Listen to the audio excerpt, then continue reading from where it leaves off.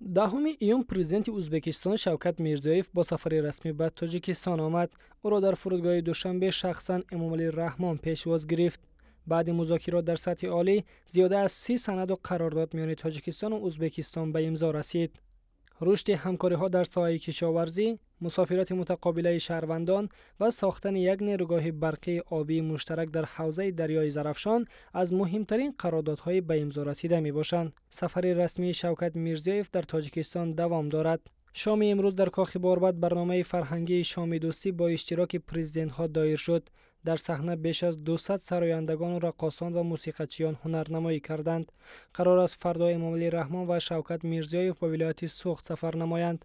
مهمانان عالی مقام با فعالیت کارخانه استحصالی قالین‌های سوخت و کارخانه تولیدات جوانی شناس میشوند و از قصر ارباب و باغ ملی دیدن خواهند کرد.